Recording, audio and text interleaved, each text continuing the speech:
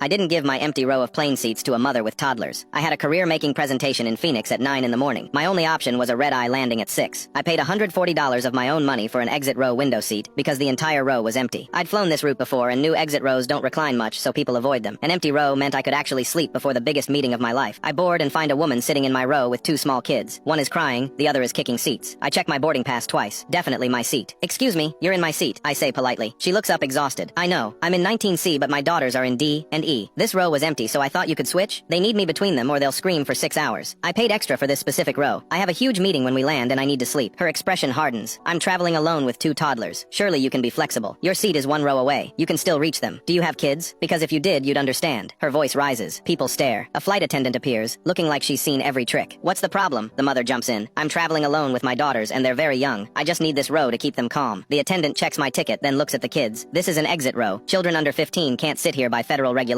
Please move to your assigned seats." "But I need to be with them," the mother insists. "You'll be one row away in 19C. That's where you need to sit." The mother's jaw clenches. She roughly unbuckles the kids and drags them out. As she passes me, she mutters, "Hope you feel good about yourself." I sit down drowning in guilt even though I know I'm right. The attendant gives me a quick nod. After takeoff, I stretch across all 3 seats and fall asleep within minutes. I wake during descent. I glance over at the mother on her phone. Both kids are asleep on each other, looking angelic. The guilt hits again. Maybe I was too harsh. Then a man walks from first class wearing an expensive shirt and looking relaxed from wine. He stops at row 19. "How'd they do?" he asks. She doesn't look up. "Cried for 40 minutes, then passed out. You should have switched with me. I told you before boarding I didn't care about first class. I wasn't leaving our daughters alone in economy while I sat up there." My stomach drops. "They wouldn't have been alone. I would have been here. That was the whole point," he says. "Someone needed to be the parent," she mutters. The flight attendant is doing final checks nearby. She stops and listens. He sighs. "I feel terrible you sat back here for 6 hours. I kept thinking about checking on you but didn't want to make it weird." "We're fine," she says coldly. The attendant steps closer. "Sir, you had a first class seat?" He looks surprised. "Yeah, 3A. My wife didn't want it, so I used it since we paid for it." The attendant looks at the wife, her expression shifting to professional fury. "Ma'am, earlier you told me you were traveling alone with your daughters when you tried taking this passenger's paid seat." His face changes completely. "What?" The wife's face goes bright red. "That's not what I meant. You said I'm traveling alone with 2 toddlers to guilt this passenger into giving up her entire exit row." He turns to his wife slowly. "You had my first class seat. I begged you to take it. You said good mothers don't abandon their kids for luxury. Then you lied about being alone to steal someone else's seat? It's not the same thing," she snaps. "You made everyone think I ditched you. I sat up there feeling like garbage for 6 hours because you wanted to play martyr. Then you tried scamming this woman by lying." The 5-year-old wakes up crying. The 3-year-old joins in wailing. The wife glares at me like this is my fault. "You made me look like a deadbeat dad when you could have been comfortable the whole time," he continues over the screaming. "Maybe if you actually wanted to be with your family you wouldn't feel guilty," she shoots back. The attendant touches my shoulder. "You did nothing wrong. Your ticket, your seat." We land. I grab my bag and leave fast. Behind me they're still arguing about therapy and victim complexes. I make my meeting on time, well rested. My presentation is flawless. We get the client. My boss calls me a rock star, and I never feel guilty about keeping my paid seat again. I'm moving to Spotify. Search Randy Reeds and follow.